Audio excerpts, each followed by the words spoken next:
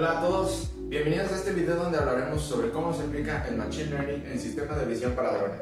La idea es comprender de forma clara y profunda qué hace realmente el Machine Learning y cómo se diferencia de otros métodos de visión por computadora y cómo todo esto permite que un dron vea, entienda y reaccione a su entorno. Primero veremos qué es la visión por computadora, después entraremos al Machine Learning como tal y luego un poco de introducción a lo que es el Deep Learning. Hablaremos de tipos de aprendizaje, mencionaremos técnicas como el SVM y el aprendizaje por refuerzo y finalmente conectaremos todo con la aplicación práctica en drones. Primero, ¿qué es la visión por computadora o el Computer Vision? La visión por computadora es una rama de la inteligencia artificial que permite a las máquinas interpretar imágenes o videos del mundo real. Su objetivo es que un sistema pueda entender visualmente lo que está viendo, al igual que nosotros usamos nuestros ojos y cerebro para percibir el entorno. Unos ejemplos de este es detección de obstáculos, seguimiento de objetos, reconocimiento de terrenos o personas. En el caso de los drones, la visión por computadora permite que el dron vuele de forma autónoma y evite colisiones y haga toma de decisiones basadas en lo que percibe con su cámara. El Machine Learning, ¿qué es y qué no es? Aquí es importante aclarar algo muy común. El Machine Learning no aprende patrones, como se suele decir coloquialmente. Lo que realmente hace el Machine Learning es ajustar matemáticamente un modelo, normalmente una función o una red, para que prediga correctamente o clasifique datos nuevos basándose en ejemplos anteriores. En otras palabras, el modelo no recuerda ni imita patrones, sino que encuentra relaciones matemáticas entre las variables de entrada, las imágenes o los sensores que se usen para ellas, y las salidas esperadas como las etiquetas, las posiciones y las decisiones. Ahora, aprender y reconocer no es lo mismo. En este contexto hay que distinguir entre aprender y reconocer.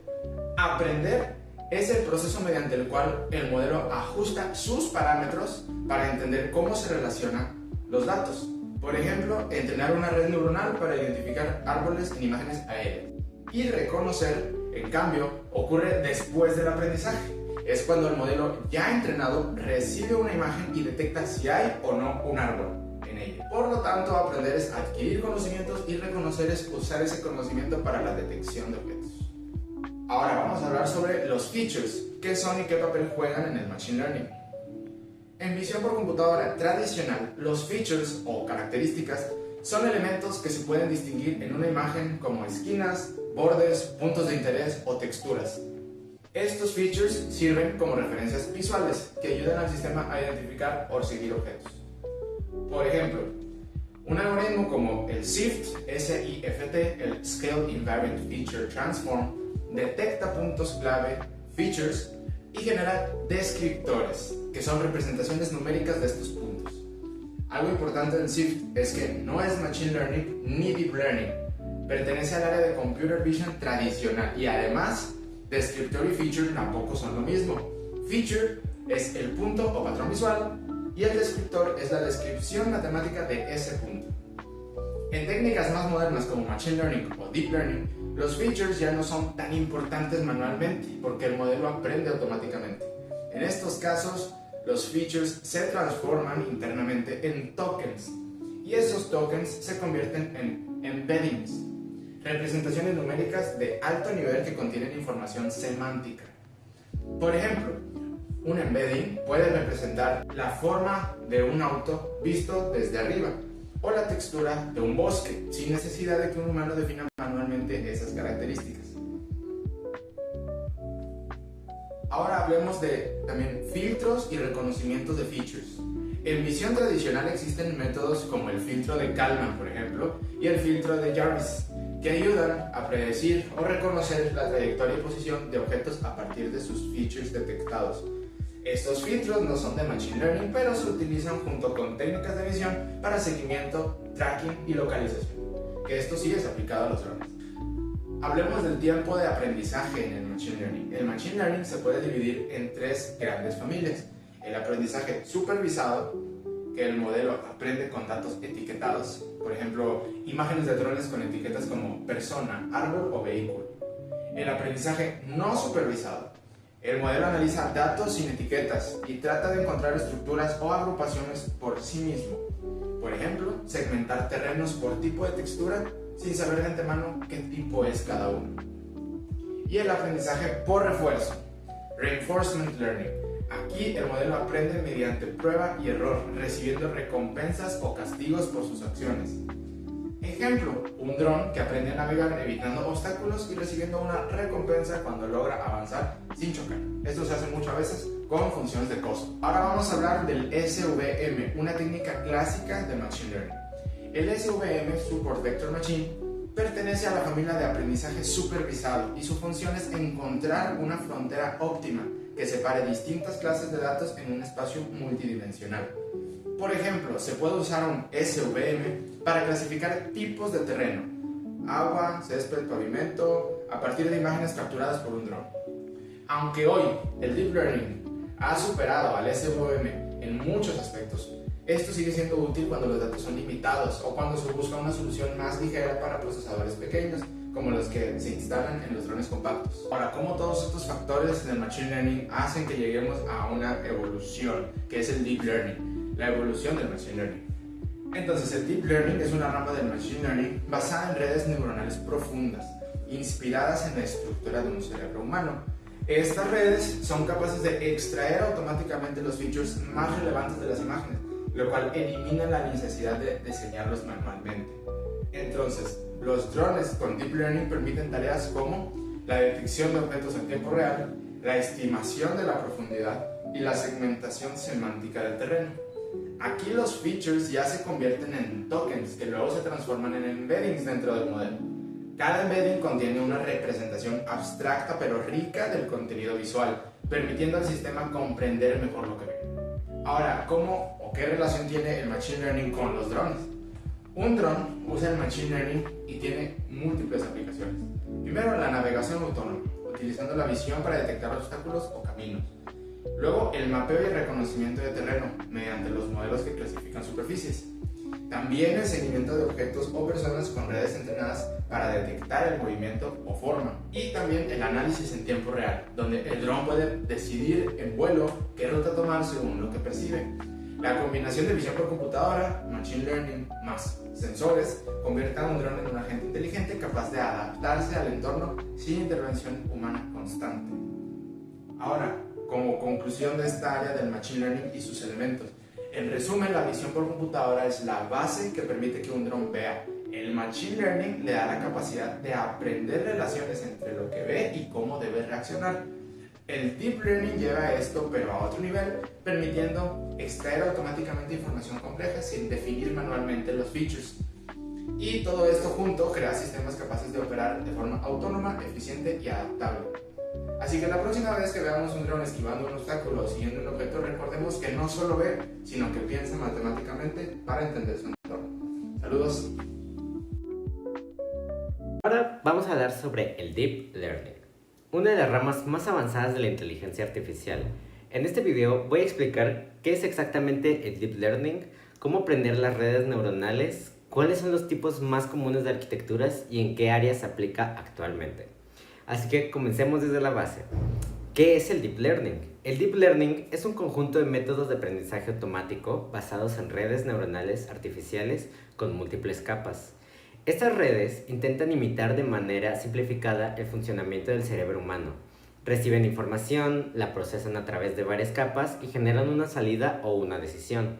A diferencia de los métodos tradicionales, el Deep Learning aprende directamente de los datos, ajustando sus parámetros internos conocidos como pesos para reconocer patrones por sí mismo. Siguiente, ¿cómo aprende una red neuronal? El proceso se basa en algo llamado retroprogramación. Primero, la red hace una predicción, luego se calcula qué tan lejos está esa predicción del resultado real, haciendo una función de pérdida.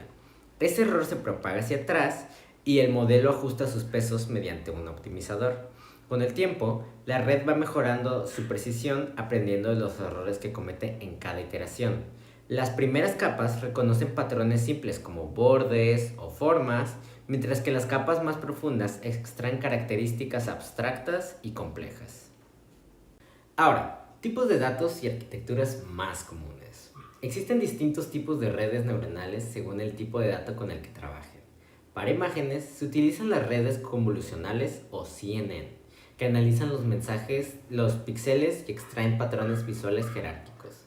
Para texto o secuencias se emplean modelos recurrentes o transformadores, capaces de entender la estructura y el significado dentro de frases o series temporales. Y para audio o señales de sensores, se combinan redes convolucionales o modelos secuenciales, lo que permite detectar variaciones y patrones a lo largo del tiempo. Vamos a hablar de las aplicaciones del Deep Learning. Gracias a su capacidad para aprender representaciones complejas, el Deep Learning tiene aplicaciones en prácticamente todos los campos. Se utiliza en clasificación de detección de objetos de imágenes o videos, en procesamiento de lenguaje natural como son los chatbots o los traductores automáticos, en reconocimiento de voz, como es en sistemas de reconocimiento como los de Netflix o los de Spotify, en diagnóstico médico asistido por imágenes y en mantenimiento predictivo para detectar fallas en sistemas industriales. En pocas palabras, el Deep Learning ha cambiado completamente la forma en la que las máquinas perciben, analizan y entienden el mundo que nos rodea. Siguiente, requisitos y consideraciones prácticas. Implementar Deep Learning en la práctica requiere varios elementos esenciales, como son, primero, datos de calidad y cantidad suficiente, ya que sin estos datos el modelo no puede aprender correctamente. Segundo, capacidad de cómputo, ya que entrenar estas redes demanda gran poder de procesamiento, normalmente con el GPU. Tercero, una validación rigurosa para evitar que el modelo simplemente memorice los datos. También se deben usar algunas métricas adecuadas como precisión o recall, o también está el F1 score para evaluar el desempeño. Y finalmente, un mantenimiento constante actualizando el modelo y monitoreando el rendimiento conforme vayan cambiando los datos en el entorno. En conclusión, el Deep Learning representa un paso decisivo en la evolución de la inteligencia artificial. Permite que las máquinas aprendan directamente de la experiencia, mejorando con el tiempo y logrando desempeños comparables e incluso superiores a lo que muchos humanos han hecho en muchas tareas. Entender cómo funciona no solo nos ayuda a aprovechar su potencial, sino que a usarlo con una responsabilidad y criterio, asegurando que toda la tecnología sirva con el conocimiento y no al revés. Ahora vamos a hablar acerca de una de las arquitecturas más interesantes en el Deep Learning, que es ResNet. Y si bien sabemos que las redes neuronales profundas pueden hacer maravillas, a medida que se vuelven más grandes se vuelve más complejo entrenarlas de manera eficiente. Y ahí es donde ResNet entra como el superhéroe de los modelos neuronales. Las redes neuronales profundas son poderosas, pero cuando se les añade demasiadas capas, entrenarlas puede ser igual de difícil que intentar acordarte de una contraseña que escribiste hace 6 meses. Debido a esto, un problema común es algo conocido como gradiente desaparecido o vanished gradients. Y para poner un ejemplo de esto, piensa que los gradientes son como las señales que la red usa para aprender. De manera que imagina que le estás dando un consejo a alguien. Si las instrucciones son claras, aprende rápido. Pero si sigues dando más y más instrucciones, al final la señal se pierde. Como cuando intentas hablar en medio de mucho ruido. Esto pasa en redes más profundas a medida que añades más capas. De modo que las señales se van perdiendo y al final pues no aprenden bien. Pero entonces, ¿qué es ResNet y para qué sirve? ResNet llega como el superhéroe en el cine de acción. ¿Cómo? Utilizando conexiones residuales. Estas conexiones permiten que la información se salte capas sin perder información. Al final, la salida de estas capas se suma con la información original que saltó, combinando lo aprendido con lo que ya sabía la red. Es como si le dijeras a tu amigo, oye, olvida ya esta fila y veas al frente y sigue gritando. O algo así. Así que el mensaje sigue claro y la red puede aprender muchísimo mejor. De modo que con ResNet la información que apareció al inicio no se olvida, incluso si agregas más capas. Es decir, acelera todo y hace que la red se haga más fuerte. Ahora bien, ¿cómo se aplica ResNet? Muy bien, pongamos el escenario en el que tenemos un dron y ese dron necesita identificar objetos como un árbol, un automóvil, pero todo eso mientras se está moviendo. ResNet sería como el amigo que le dice al dron, oye, esto no es un coche, esto no es un árbol, no te equivoques. De modo que gracias a esto el dron puede ver y entender lo que hay enfrente de él, gracias a ResNet. Además, ResNet es muy importante para Transfer Learning, porque las primeras capas aprenden características generales y las últimas se pueden reentrenar para nuevas tareas, haciéndolo muy versátil. No solo eso, hay más magia. ResNet puede hacerlo mientras el objeto está borroso o está parcialmente cubierto. De modo que ResNet dice, no te preocupes, yo sé lo que estás viendo. Ahora, algunas de las ventajas. Una de las mejores cosas es que ResNet no pierde información.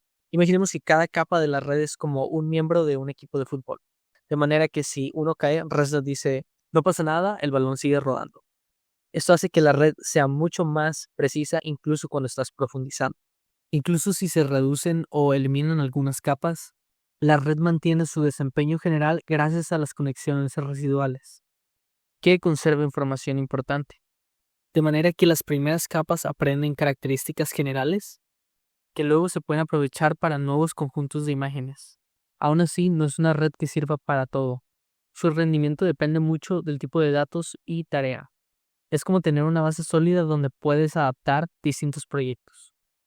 Además, existen varias arquitecturas que representan el número de capas, como por ejemplo ResNet 18, ResNet 34, ResNet 50 o otras.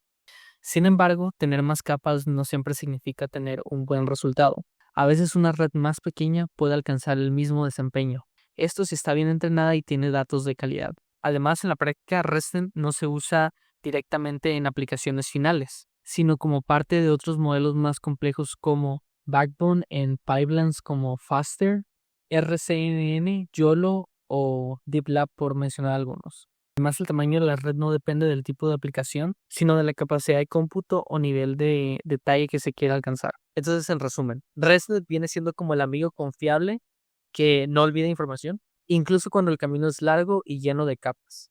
Gracias a sus conexiones residuales, puede entrenar redes muy profundas de manera eficiente, lo que permite a las máquinas ser más inteligentes. Y eso es todo. Ahora ya sabes por qué ResNet es tan genial.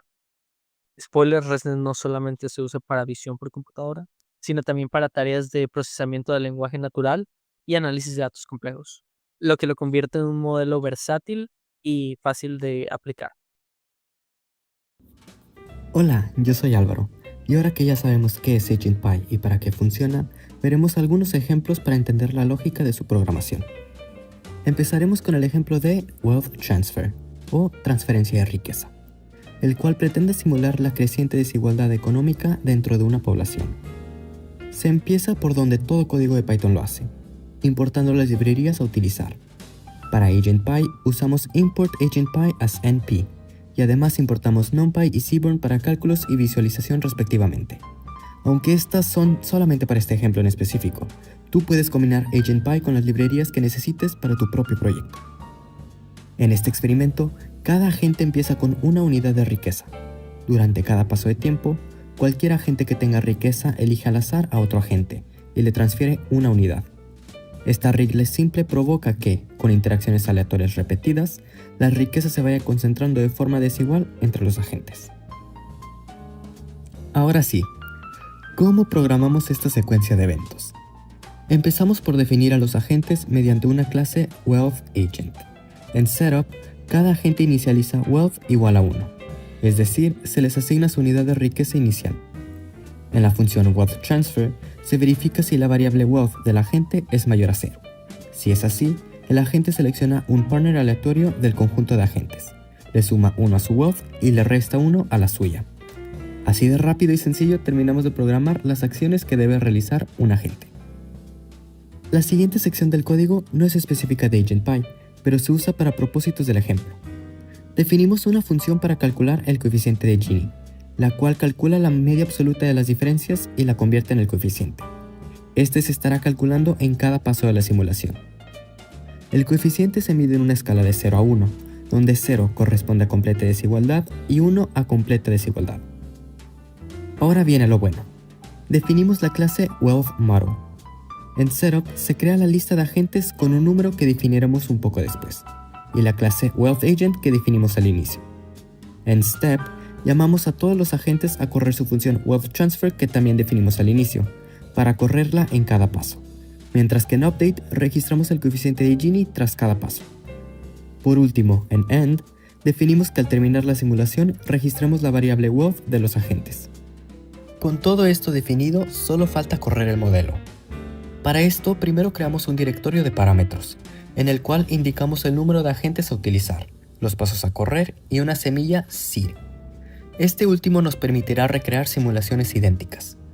Todas las veces que corramos el código con seed igual a 42, obtendremos los mismos resultados. Todas las veces que lo corramos con seed igual a 16, obtendremos esos mismos resultados. Si eliminamos por completo este parámetro, entonces cada vez que corramos el código obtendremos resultados diferentes. Funciona algo así como la semilla de un mundo de Minecraft. Ahora sí, cargamos el modelo y lo corremos. Imprimiendo y graficando los resultados, podremos observar datos claves como la versión de Python y AgentPy que se utilizaron y el tiempo total de la simulación. Además de los específicos a este ejemplo, donde comprobamos que conforme pasa el tiempo, la desigualdad económica crece. Si quisiéramos aplicar AgentPy para simular nuestro proyecto, podríamos usarlo para modelar uno o más drones autónomos que inspeccionan una red de tuberías. Cada agente tendría atributos como posición y una cámara con visión artificial. En cada paso de la simulación, el dron se movería siguiendo una ruta de patrullaje o buscando áreas no revisadas. Cuando el dron ve un tramo de tubería, representado por otro agente o una celda del entorno, entonces aplicaría una función definida que simula la detección de fugas o de fallas. Esta función podría usar datos reales de visión artificial entrenados con Python, como por ejemplo modelos de OpenCV o TensorFlow, o simplemente una probabilidad de detección para simplificar la simulación. El modelo podría registrar métricas como la cobertura del área, el número de fugas detectadas o el tiempo total de inspección. Y, si añadimos varios drones, AgentPy podría permitir ver cómo la cooperación o división de tareas mejora la eficiencia de la inspección.